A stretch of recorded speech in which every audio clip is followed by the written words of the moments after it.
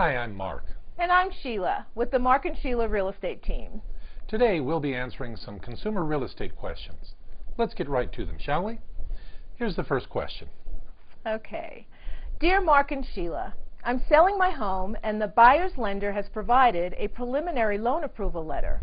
Does that mean that the buyer is approved for the mortgage? I don't want to move out of my home until I know it's really done. No, your buyer's loan is not yet approved.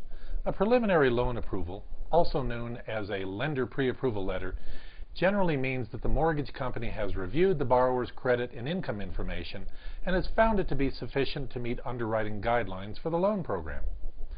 Often, the buyer's employment, income, and sometimes assets or source of down payment funds must also be verified. In addition to the borrower qualifying for the mortgage, the property must also qualify through an appraisal and examination of the property's title information. If everything goes well in those additional processes, the lender may issue a loan commitment letter, which is a notification that the lender intends to grant a loan, which usually includes the terms of the loan and any additional conditions to be met. Now, even with a loan commitment, the lender is not bound to complete the transaction.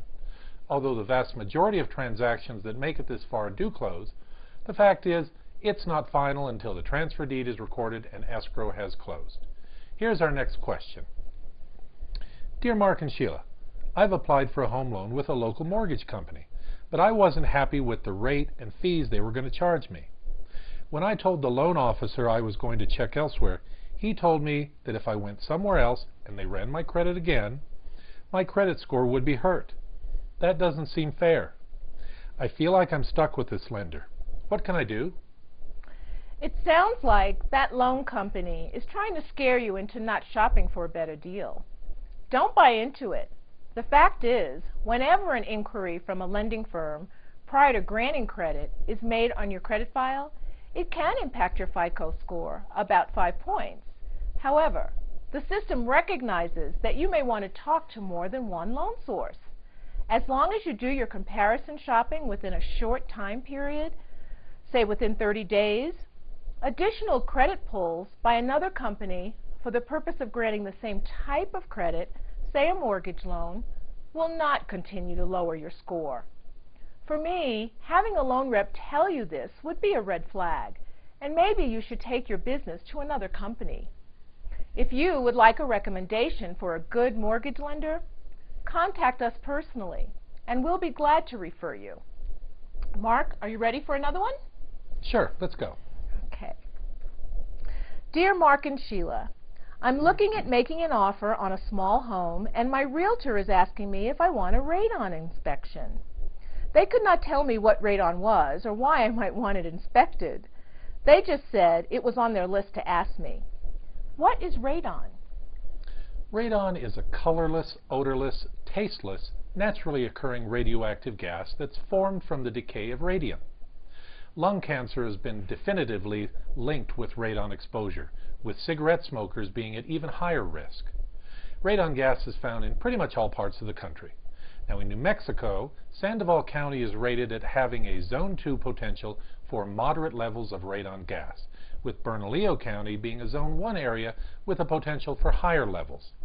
Now, if there's a concentration of radon gas in soil beneath a home, it may naturally percolate up through gaps in the slab and into the home. If the air inside is not being changed out often enough, the gas can build up. The only way to know for sure if there's a high concentration of radon gas in a particular home is to have the air inside sampled over a period of days using a test canister or a radon monitor.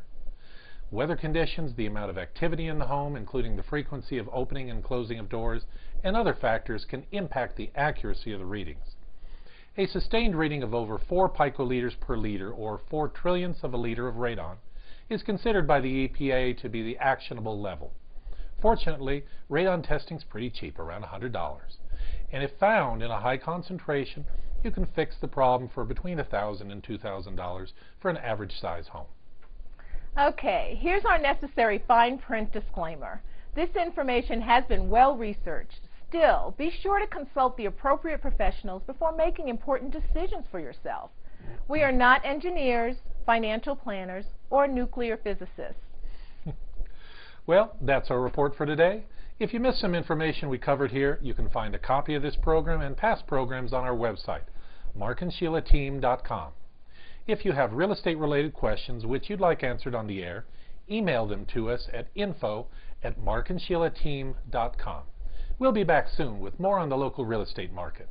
Take care. See you next time.